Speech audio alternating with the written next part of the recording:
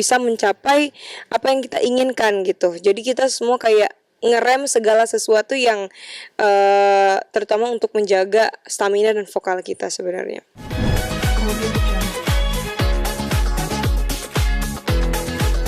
Kalau suka dukanya ya, dari yang aku ikut audisi sampai dengan sekarang, ada plus minusnya lah. Dimana sukanya dulu ya, kita makin dikenal banyak orang, kita makin belajar banyak hal, especially buat musik juga, dan gimana biar kita lebih mengatur waktu. Karena kan makin kesini makin banyak kegiatan ya, makin banyak kegiatan. Jadi dari situ belajar untuk mengatur waktu, untuk bisa atur tidurnya, terus memikirkan segala hal gitu. Jadi nggak cuma satu hal doang, untuk bisa lebih disiplin sebenarnya. Dan juga ketemu sama orang-orang besar juga yang dimana mereka punya pengalaman yang banyak juga tentang musik, dan juga bertemu dengan semisal Alfie Rev, terus Yellow Claw, Virginius.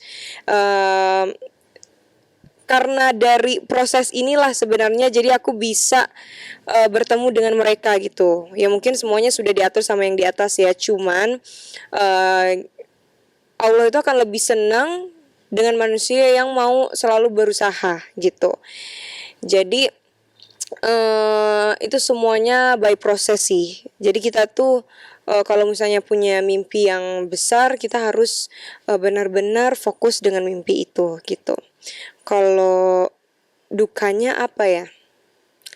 Dukanya ya pasti saat proses audisinya. Ya, kalau dukanya tuh ya dari audisi idol itu kan banyak sekali yang ikut audisinya, sampai puluhan ribu atau bisa lebih dari itu, dari sekian orang dari pelosok-pelosok yang ikut sekian banyak. Dan kita tuh harus berjuang gitu loh, harus berjuang gimana caranya biar kita bisa lanjut terus dan bisa sampai ke tahap juri gitu. Jadi perjuangannya yang kayak kita harus jaga vokal, kita nggak boleh banyak ngobrol, jaga makanan ya, untuk bisa untuk bisa mencapai apa yang kita inginkan gitu. Jadi kita semua kayak ngerem segala sesuatu yang terutama untuk menjaga stamina dan vokal kita sebenarnya. Gitu sih. Nah, kalau Novi sendiri artinya masih ngegabungin dulu perjuangan dulu, artinya proses audisi, terus ada hal-hal yang berkesan nggak apa yang buat kamu akhirnya sampai sekarang masih teringat, dan kalau mengingat pengalaman itu ya agak sedikit terharu ya. Kalau aku sendiri sih yang berkesan banget pas di Idol ya, itu kita semuanya kan apa-apa bareng sama teman-teman. Kita mau makan nasi kotaknya bareng, terus kita pokoknya susah senangnya tuh bareng semua gitu. Kita harus bangun pagi-pagi, harus latihan, terus juga ngafalin lagunya bareng. Terus kalau misalnya lagi ada yang sedih kita dengerin, maksudnya kayak kita saling ngomong satu sama lain lah gitu, karena kan kita nggak punya siapapun di karantina gitu kan. Jadi ya cuman sama teman aja kita bisa ngobrol.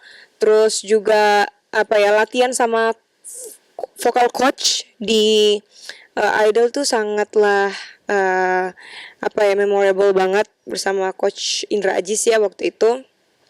Terus juga ada Kak Ryan Pono juga. Jadi itu semuanya kita bareng gitu. Jadi ketika kita setelah Idol ada yang keluar, itu rasanya kayak aduh ada yang kurang, kayak sedih gitu. Karena keingat lagi makin kesini makin sedikit orangnya, makin gak seru dan makin sendiri, ngerasa sendiri gitu sih.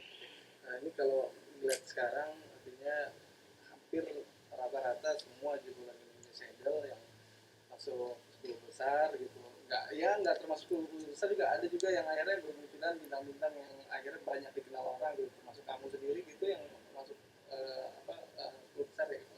8 besar. Ya 8 besar itu gimana, artinya dengan kesuksesan itu ini yang menjadi barometer karena Indonesian Idol itu sendiri, jadi Saya berawal dari Indonesian Idol.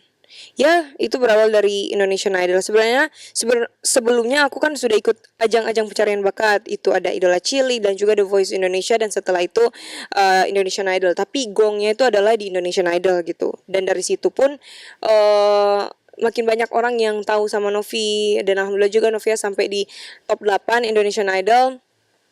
Dan dari situ memang gongnya si Indonesian Idol. Oke, sekarang kesuksesan itu kamu petiknya, kamu rasain sekarang saat ini.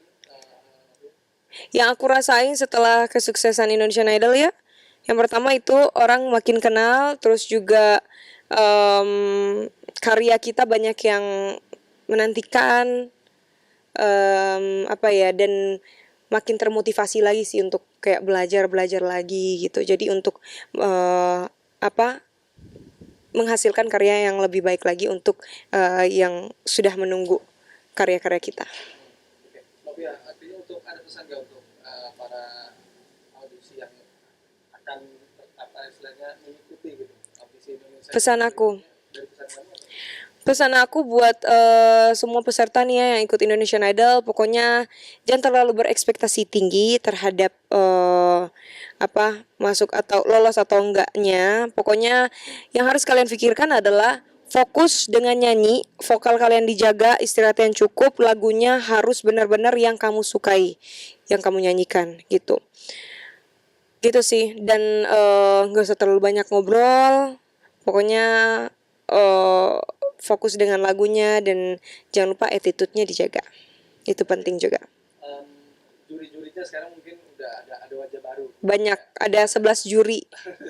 Iya. Itu gimana tuh? Itu perbedaan dari yang sebelumnya sama yang Indonesian Idol yang biasa. Aku kaget yang lihat karena ada banyak sekali juri-juri. Nah, aku juga belum tahu nih mereka akan duduk semua 11 juri itu atau seperti apa, atau mungkin ganti-gantian. Tapi keren banget sih Indonesian Idol. Jadi makin banyak lagi apa ya, dari sisi penglihatannya si juri ini, juri itu gitu. Jadi ada banyak juri yang bisa menilai si penyanyinya ini. Kayak wajah baru seperti David, Bayu apa Bayu David, Ya, ada Kak Dikta. ya itu gimana menurut kamu? Emang artinya juri-juri yang sangat kompeten yang memang apa ya? Mereka tuh masing-masing punya ciri khas sih menurutku. Kak Dikta juga kan masih muda. Terus Kak David Bayu juga maksudnya mereka tuh punya genre musiknya tuh beda-beda gitu. Jadi aku penasaran aja sih gimana mereka tuh dari kacamatanya mereka tuh melihat sang penyanyi itu beda-beda pasti pendapatnya gitu. Jadi pasti bakalan seru banget. Oke, maksudnya nggak sabar ya pengen lihat di season berikutnya. Nggak sabar. Aku pengen nonton.